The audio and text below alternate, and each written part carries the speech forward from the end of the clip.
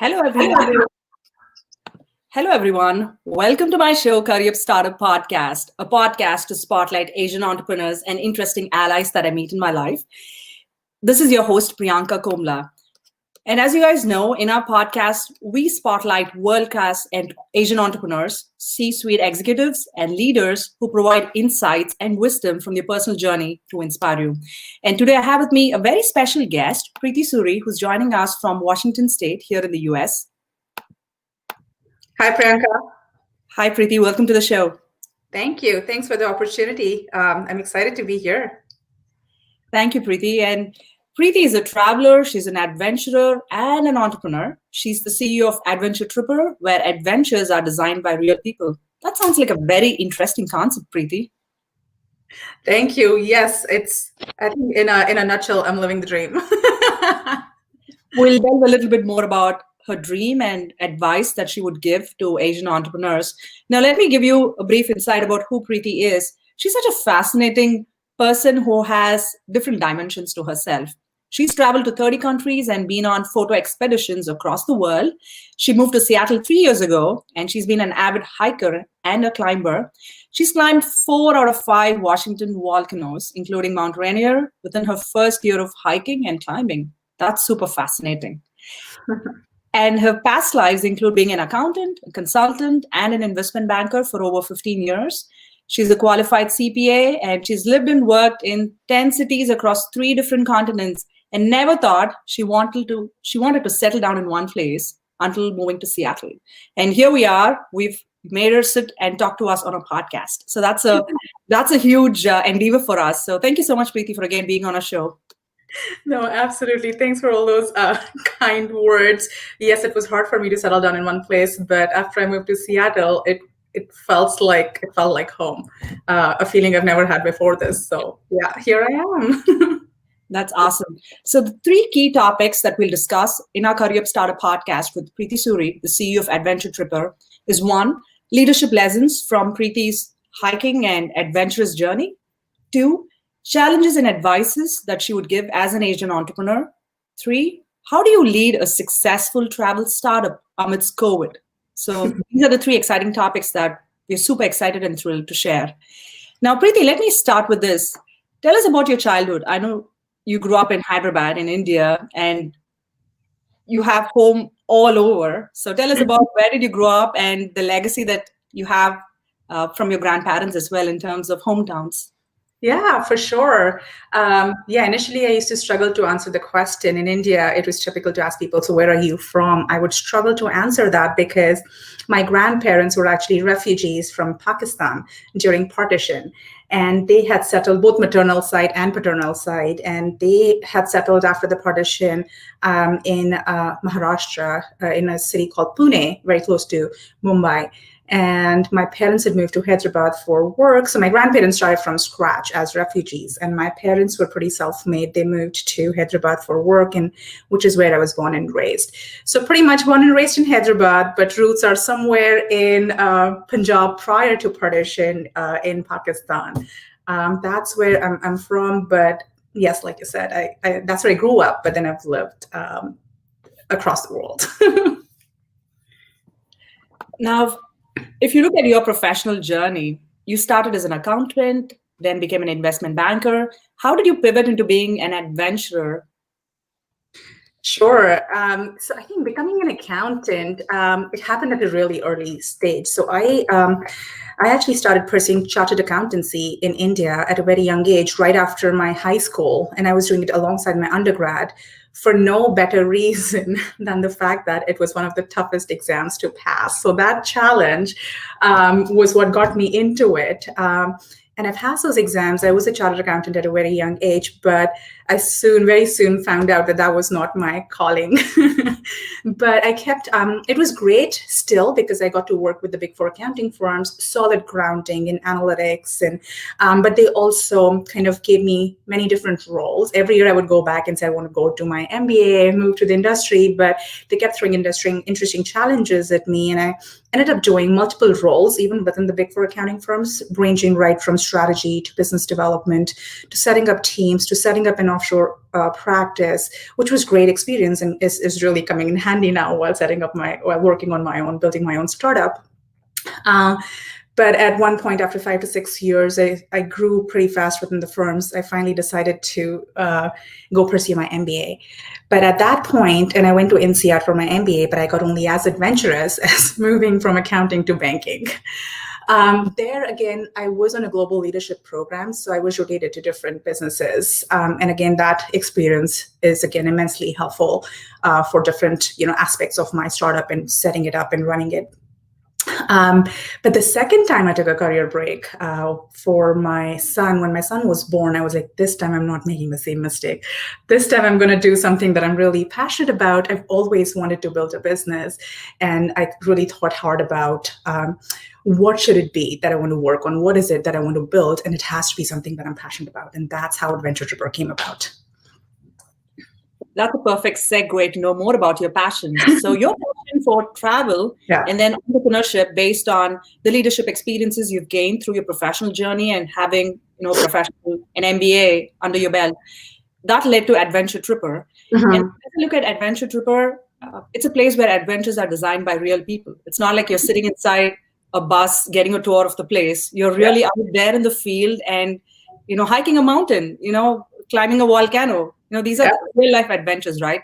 And you're someone who believes that the future of travel is adventure trip, is adventure-based travel. So tell us a bit about how you're living your dream and the future of travel.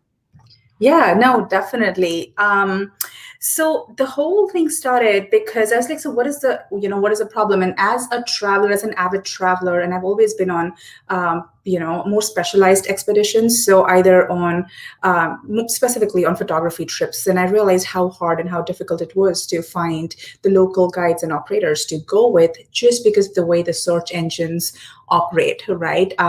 They show you results local to where you're searching from rather than at your destination. And it takes hours and weeks and sometimes even months to do the research to find the right trip to go on, put together the whole trip, and find the right people to go with as well.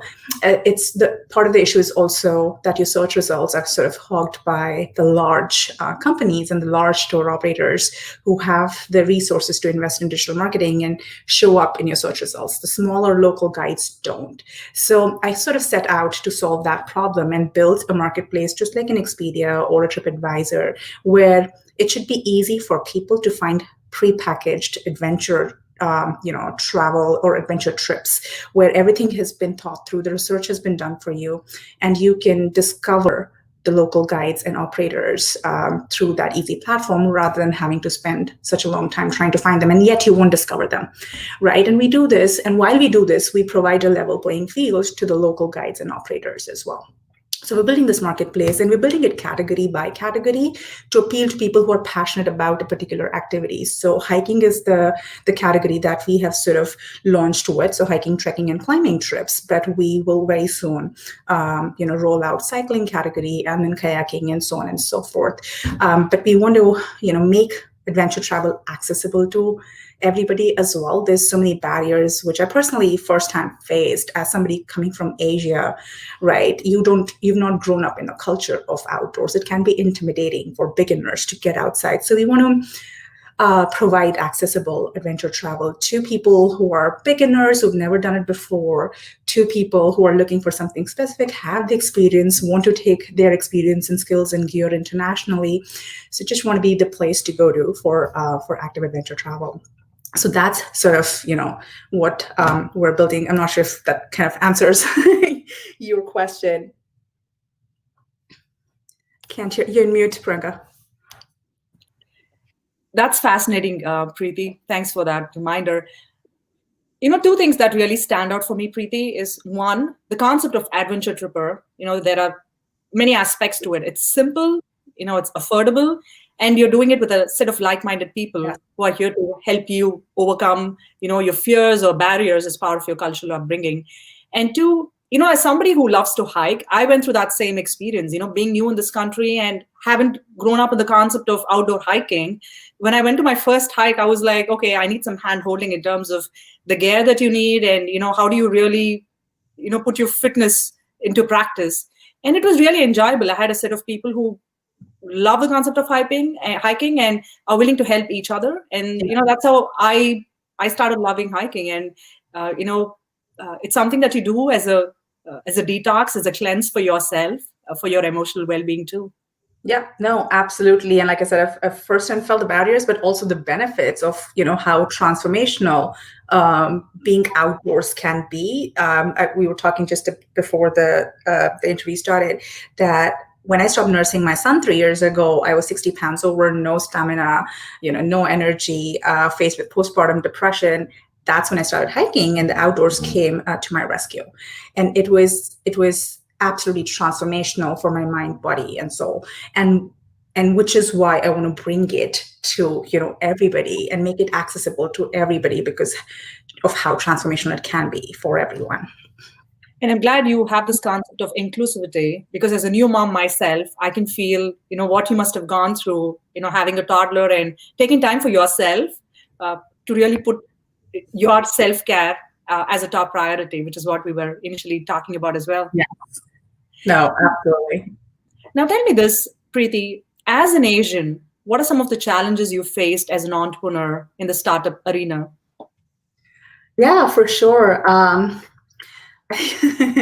As an Asian, as a person of color, as a woman, as a middle-aged woman, mother to a toddler, trying to build an adventure travel company, I do get a lot of the times as to, does she even know what she's doing? I mean, she has no business being in this business. But I think to put things in perspective, typically it's very positive. I mean, when we were building, so we built the product, we built the website, and then when we were building the supply side, so working with guides and bringing the best, trips, curating the trips and identifying and vetting the best guides all over the world, pre-COVID, where we were looking for international, we were going only after international trips. I did not, to be honest, face that in South America or Asia, all the operators, or Africa that we were talking to and onboarding. But during COVID, unfortunately, when I started trying to work with some of the American operators here in Oregon and Washington, that's when I got a lot of that.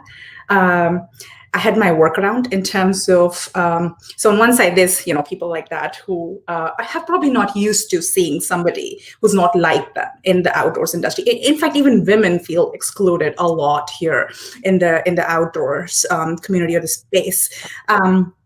I kind of had to work around because there's so much going on. I've got a toddler, I'm building a startup. It's just, so much that my workaround has been, on the other hand, I have this extremely supportive community. Like you said, the hiking community is so supportive. It's been the same here. They are the ones who are basically powering Adventure Tripr right now, as I always love to say. I found a lot of support.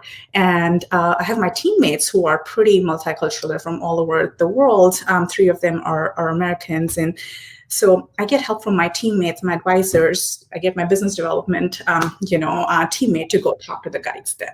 So that's my workaround. But in the longer term, I want to prove and show it to them that it is not anybody's exclusive territory. It's for everybody. And those personal experiences kind of make me always very conscious and mindful of making sure everybody feels included. It is for everybody, and it will equally benefit everybody. So there's no reason why it should be out of access for anyone at all. So yeah, I get some of that as who I am and what I'm trying to do.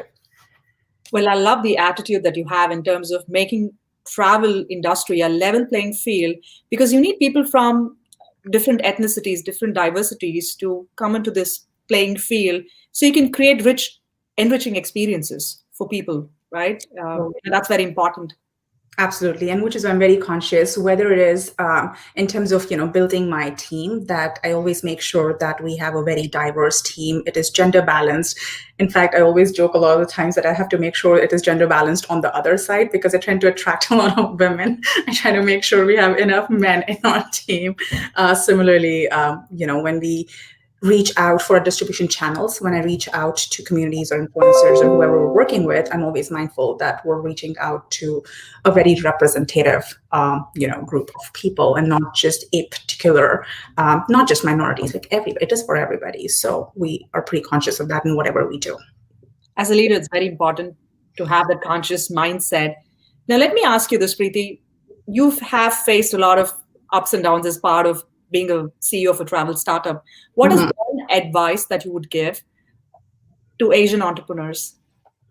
Yeah, definitely. I think one advice would be, I mean, there's so many things to talk about, but one advice, and which is sort of also related to my last, response about the challenges I faced as an Asian entrepreneur, focus on the positives, right? Feed off of the positive energy. Like it is very easy to start thinking about and get sucked into the negative behavior of some people or something that is very discouraging. But if you instead, so I made it a point to focus on all of those teammates, all of those people in the community, all of those advisors, potential investors who are backing me up as a founder, as somebody who's trying to run a business and build something.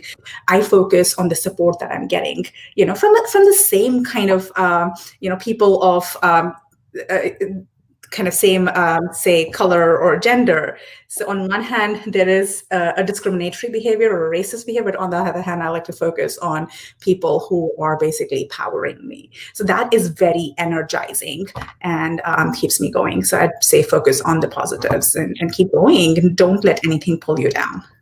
Empowering each other is key in these kinds of situations. Absolutely. So amidst COVID, you're still leading local trips in Pacific Northwest, and some of them, I believe, are also sold out trips.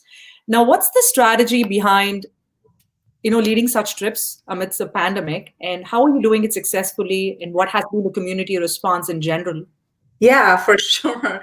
And in fact, when we rolled out, so we opened our beta site in February, towards the end of February, and we only had international trips. We did not have any local or domestic US trips. We only had international trips, and we had our first trips booked for Patagonia, for Peru, and for Costa Rica for March and April. We had to cancel it all. And that's when I was like, just looking at what was happening in Asia, in China, we knew this was not going to go away anytime soon. So it's like, I'm not going to sit and wait for this to pass, right? So that's when we started thinking about, and again, looking at Asia, we knew people will want to start traveling domestically before they're ready to do stuff internationally.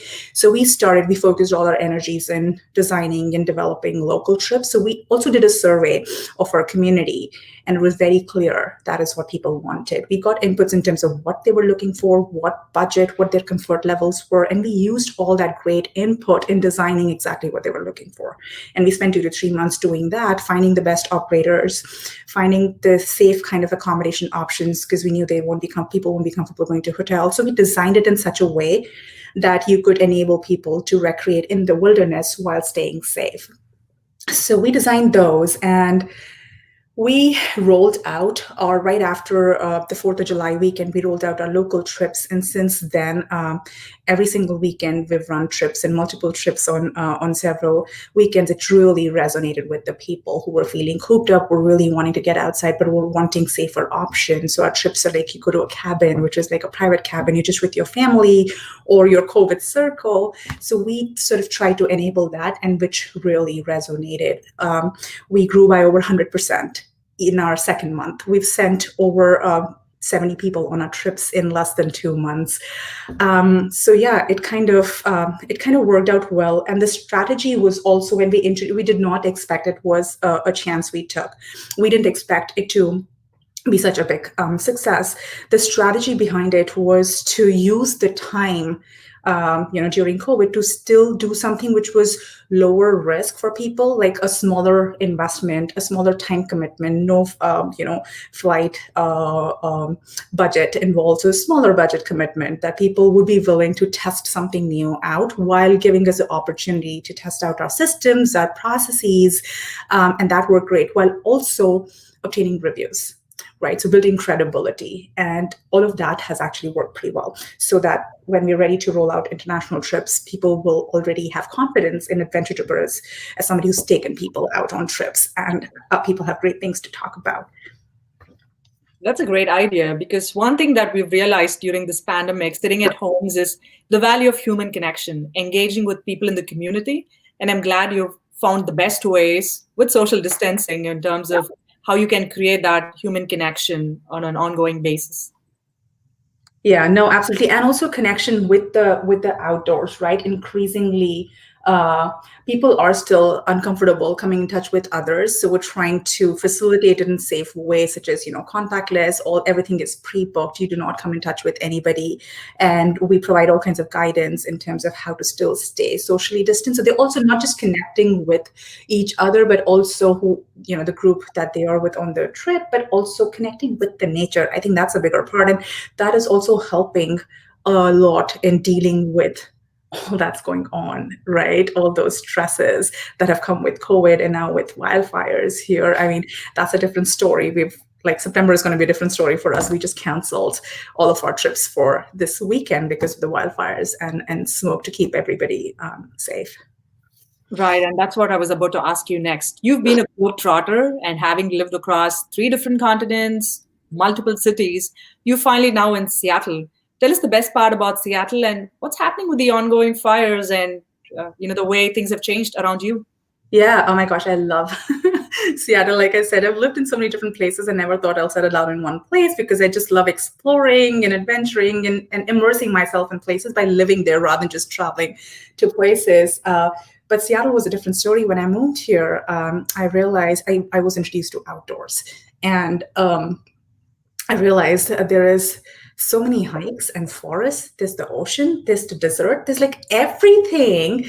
And within a couple hours or an hour's drive away. And that was what I was completely floored by. And I was like, this is the place I want to be in, at least for the next few years. So that's Seattle. Yeah, totally in love with where I live. And I think during COVID, my thought constantly was, I'd rather not be anywhere else during COVID because I can still run around my block and there's still so much beauty around me, right? Even in the city, there's so many city parks and trails that I can still go hit and go for a run. Right now with wildfires, it is just extremely unfortunate with what's happening, not just in Washington, but also all our neighboring states, all the states in the West Coast, including Oregon and California. About 10% of people in Oregon have been displaced. They've lost their homes. 500,000 people, right, have evacuated. There's just so many acres, hundreds of thousands of acres just burning. So it's really heartbreaking. People losing their homes, people losing lives, people losing their businesses. So it's extremely heartbreaking. And sometimes when I read some of the news about what's happening, it just makes me emotional because it's just so right now this particular weekend, our present is we are engulfed in a cloud of smoke in Washington, which has moved up from Oregon and California, which has made Seattle, which has like amazing, nature around you and the best quality of air. We are at the moment the most polluted city. We topped the charts for the most polluted city. That is the quality of air, unfortunately, because of all these wildfires and smoke. Really hoping things change soon and that people also use this as a reality check for climate change and try to, be more conscious and do something about it. Issues like these, they give us a reality check, as you rightly pointed out, in terms of what are we doing to Mother Nature and how do we give back in a sustainable way. I think that's something that each one of us have to introspect.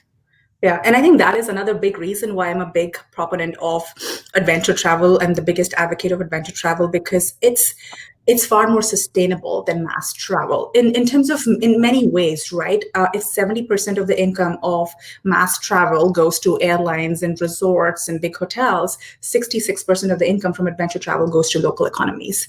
Secondly, people who want to enjoy adventure travel and the suppliers who provide adventure trips are far more conscious of preserving the environment, because without which there will be no adventure travel. So they are a lot more conscious about sustainability, about preserving the environment, which is why I'm like a huge proponent of adventure travel. We need more people like you, Preeti, who focus on adventure travel, which helps us, to connect with the nature, as you mentioned, but most importantly, helps in thriving the local communities, which are very crucial and are part of the fabric of the society. And hard hit due to COVID. They do need a lot of our support. The bigger companies will still get by, but it's these smaller local operators and guides who are amazing are the ones who need our support. Absolutely, I agree with you. Now let's talk a little bit about your love to climb volcanoes. What have you learned from that journey as part of a leadership lesson that you can share with us?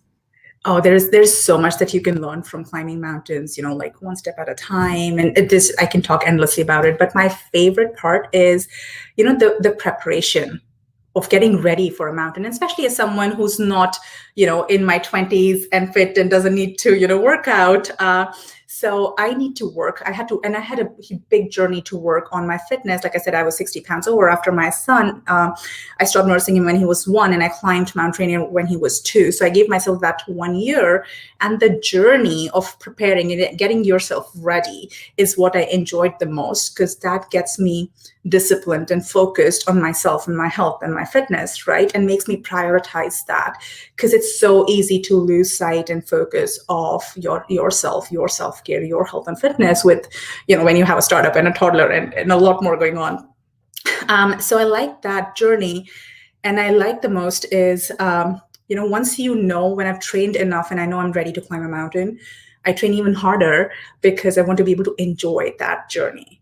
Right? I want to be able to enjoy it without being out of breath. I want to be able to take pictures, right? So I always train harder. Like if my peers, my teammates are doing training hikes once to a certain mountain, I'll do it 3 times. So I just like to be, over prepared so that I can enjoy the experience. And I use that in whatever I do.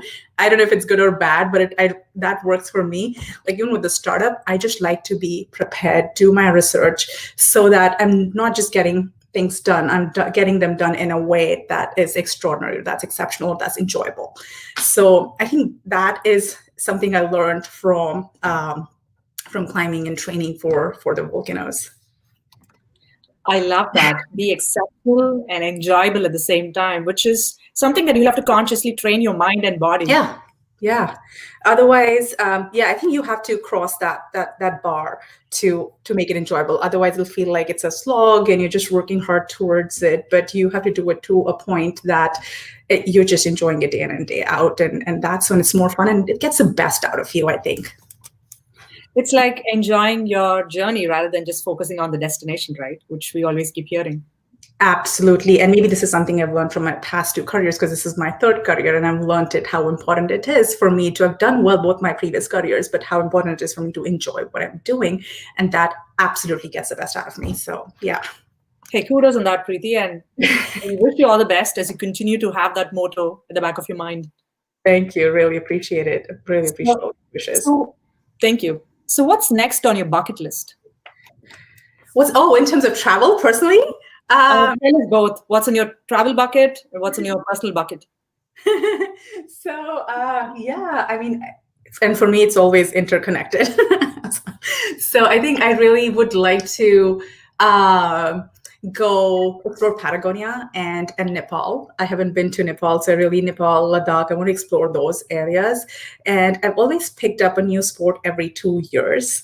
It was it was swimming in Singapore, squash in France, it was golf in London, and I moved here to hiking and climbing. Next, I want to pick up somewhere I got into cycling. Next, I want to pick up rock climbing and kayaking. So I'm like ready to pick up the next sport every couple of years. So most probably rock climbing next. Hey, rock climbing is super cool. I've done it indoors, but I wish you the very best when you're doing the actual rock climbing. Oh my gosh, yeah, I'm a sucker for views. Get outside, get the views from the top. Yes.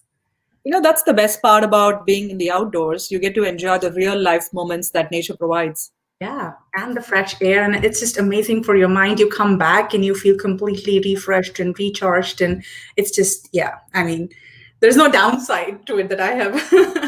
I'm yet to experience the downside of being outside in the wilderness, in the nature. I agree. Some of my best moments in my travel journey have been like stargazing in the middle of the night with nothing around you, just in nature, in wilderness. We did that at Acadia National Park a couple of years ago. And then watching the sunrise in Cadillac Mountains, like that was the first time in my life that I've ever done something like that. So it's beautiful. Rather than just watching it online, I could just see it with my very own eyes. And it's hard to capture it with photography. Yes, and you feel that fresh air, and yes, it's just amazing. So that's a nice thing for us to advise us that we have a fun rapid fire round for you. Are you ready for it? Sure. So, Preeti, you tell me the first thing that comes to your mind when I say the following, and you can say a little bit more as well. Thanks. That's helpful. Role model. Uh, Growing up, it was Indra Nooyi because there were such few people on the world stage. But more recent years, it's been Rose Mercario, the ex-CEO of Patagonia, for the stance she takes, the sustainable practices. I mean, I respect that brand, and largely largely thanks to the measures that Rose has taken in her leadership and the stance she takes in preserving our public lands. And that's something what I hope to be going forward. I hope to be like her and make that difference. That's pretty amazing. And Indra Nooyi is my role model too. So yeah, and she continues to inspire a lot of women like us going forward. Yeah, this was right when I was growing up, and she was into finance as well. And I've been following her since the time I was still in school, and she was CFO of PepsiCo. And yes, always, floored by her. That's awesome. And one day my aspiration is to bring her onto the show and tell her how wonderful she is in terms of inspiring millions of women like us around the globe. Absolutely. Since the time we were kids. Absolutely. And you know what? You're the I think the fifth or the sixth guest on my podcast to say Indra Nooyi is the role model. You have to let her know that. I'm going to do that on the show. So the next question for you, a country that you want to go on a photo expedition? Antarctica. It's been on my list forever. And maybe while I'm there, climb the Vinson Massif as well, which probably both can't happen at the same time. But anyways, we'll figure it out. Penguins are on the coast, and then there's the mountain in the mainland. We'll figure it out. But Antarctica is big on my list. That's awesome. Now you have multiple hats that you wear, be it as a traveler, as an adventurer, entrepreneur. If I may ask you, do you have a favorite that you can pick? See, but you have to give it to me for this one, right? I have managed to combine all three. My style of travel is adventure travel, and my passion for entrepreneurship is what I'm using to build Adventure Tripr, right? So all in one, it's Adventure Tripr. But if you were to sort of arm twist me into picking one, because the way I travel is adventure, the startup itself is an adventure. So I think adventure, if you were asking me to pick one, yes. Adventure is the core of, everything else that you're putting around it. But I'm so glad you're doing things very well, multitasking to the best. Thank you. Appreciate it. What is your native language and one word to describe yourself in it? My native language is Hindi, but I'm bad at it. I kind of think in English, so you'll have to pardon me for that. And I feel bad about it. And I don't even know if there's a word for this in Hindi, but in English, when somebody asks me to describe myself, the word that comes to my mind is the underdog. Hey, you're somebody who's very aspiring. Preeti, you have set goals for yourself as you continue to be a lifelong learner. But at the same time, you inspire a lot of other budding entrepreneurs and leaders who want to be the best in their lives. So thank you so much for sharing your valuable insights and wisdom on Curryup Startup Podcast. Do you have any parting thoughts on the future of travel being adventure travel, and anything else that you want to share with our listeners today? Yeah, I think definitely the future of travel, I think absolutely is going to be adventure travel, because even before COVID, there was a trend towards adventure travel. If overall travel was growing at 12%, adventure travel was growing at 18%. With COVID, so many people, with their recreation options limited, so many people have been introduced to the outdoors, are experiencing the benefits of being outside in the nature, are acquiring gear. Like all of the summer, paddle boards, kayaks, fishing lines are out of stock, because that's what people are doing. They're getting introduced to outdoors. I think adventure travel is going to see such a boom. People are not going to be in crowded places anymore going forward. So I think we're on the cusp of a massive consumer boom towards adventure travel. And parting thoughts in terms of advice for other budding entrepreneurs is, I think, don't hold back. Go after your dreams. I think I waited for too long. Just go after your dreams. Go for it. Give it a try. Don't want to be in a situation where you regret later not having tried something your heart always wanted to do. So don't be afraid. Make the leap. Worst case, you will come out of it having learned so much more. You'll come out a lot more wiser, but that experience is totally worth it. So it's like, go for it. Don't hold back. Thank you so much, Preeti. So that was Preeti Suri, the CEO of Adventure Tripr, who focuses on giving real-life adventure experiences to people. Thank you so much, Preeti, for being on the show.